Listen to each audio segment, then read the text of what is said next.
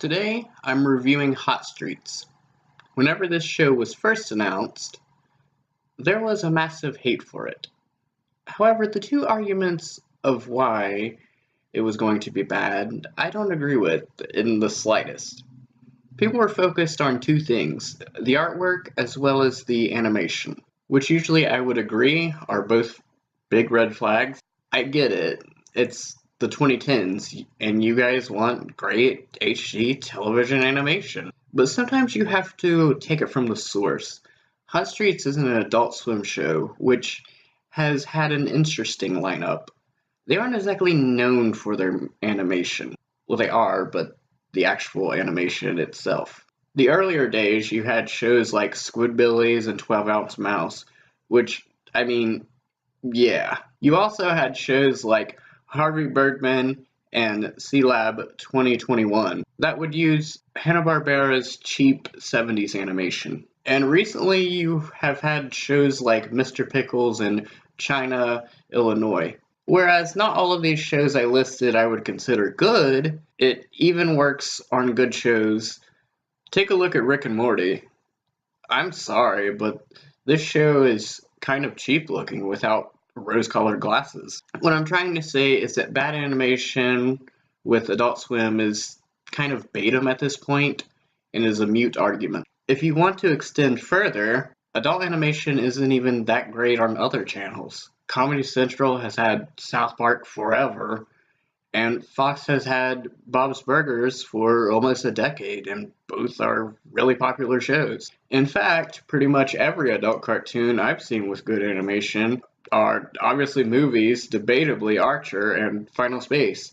It's just not a common thing, and it never really has been, which I know is unfortunate and something that is hard to hear, but it's the truth. However, about half of these shows I listed are actually good despite the animation, so it's not like you can't make a good cartoon with bad animation.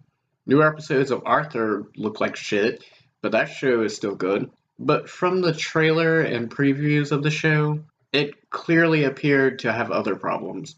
It seemed to be just another perverted, generic adult cartoon. So I watched the first episode and saw a dog choke on a piece of mummy tape that he was giving a blowjob to. That wasn't exactly a good start for the show. But a few months later, I decided to give the show another chance. And it was actually worse than I remember. I'm going to be honest with you guys, this was a hard watch. Harder than anything I've reviewed thus far. It's just so bad. I decided to binge watch every single episode of the show. That way I'd never have to talk about this piece of shit show again. But I just couldn't get past episode 3. I guess I'll go ahead and talk about the show. This show had some very strange messages in it. I'm not sure how serious they want me to take these messages either. This is a comedy show, so of course, let's talk about the comedy. Dear God, it's bad. Like, really bad. Most of the comedy can be summed up with either disgust or jokes that go on for far too long.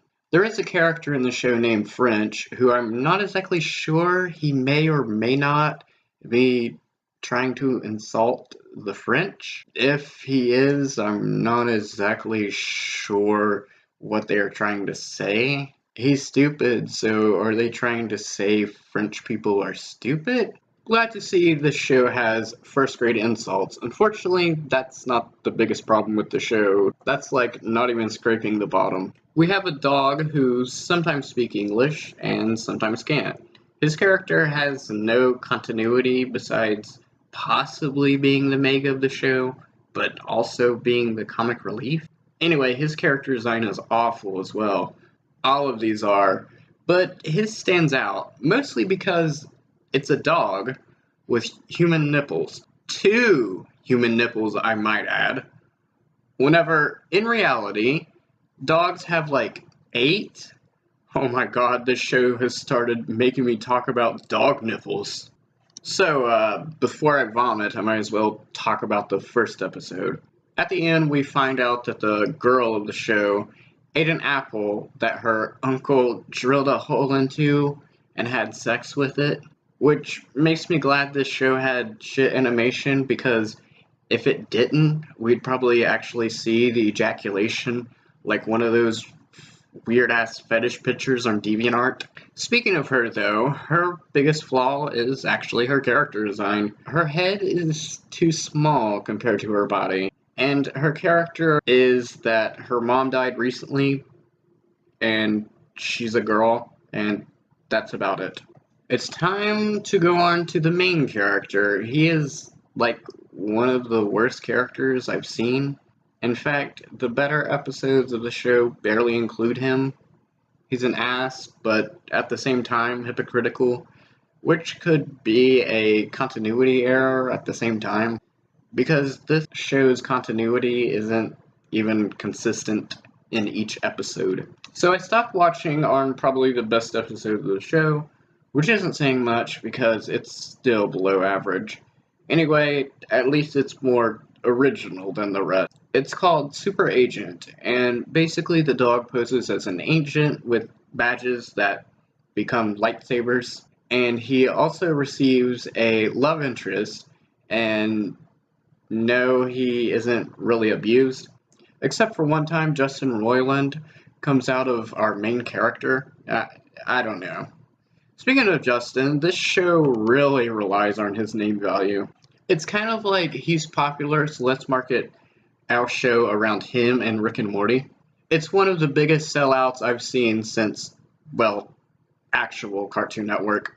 This show also reminds me of another show I reviewed a while back on my DeviantArt, Pacific Heat, which was Australian's blatant ripoff of Archer. I'm not saying the show is a ripoff of Archer, but you can definitely see the similarities. Except, any likability or cleverness Archer actually had. Anyway, I'm done with this show. There is more that could be said, sure, but I just can't take it anymore. So after this disgusting shit with bad animation, stories, and characters, can I review like the opposite next time? True in the Rainbow Kingdom. Huh. Okay, I'll check it out. Anything to get away from hot streets. Anyway, thank you for watching.